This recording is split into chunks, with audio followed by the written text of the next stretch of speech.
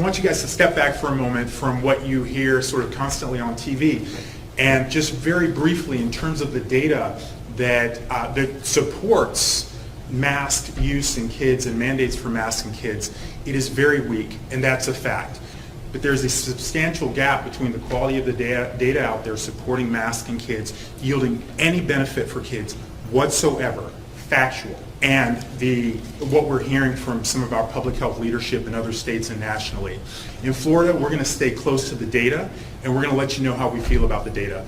And the data do not support any clinical benefit for children in schools with mask mandates. The highest quality data find no evidence of benefit.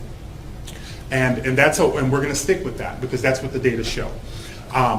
And the other thing I'll just add is that, as a parent, hearing these stories of other parents and what they're going through and seeing other parents around the country, these are impossible situations parents are being put in.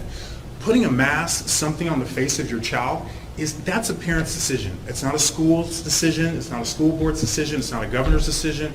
It's no one else's decision except for the parent. And parents are being placed in these impossible situations related to the health of their children. I'm here to help support parents in voicing how they feel their children should sort of present, should be in the world, and I'm going to be here to help with that, to support that.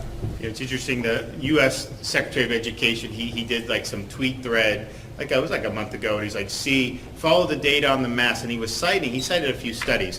He cited one study from North Carolina which said forced masking of kids work, but it had no control group because that was required in every school. So they just said it worked without comparing it against what if you didn't do that, and people pointed that out immediately. Then he cited a study from the university or from Wisconsin about it, and the researcher who did the study immediately responded to the tweet and said, we found no conclusive evidence on the forced masking, and basically said that you should not use my study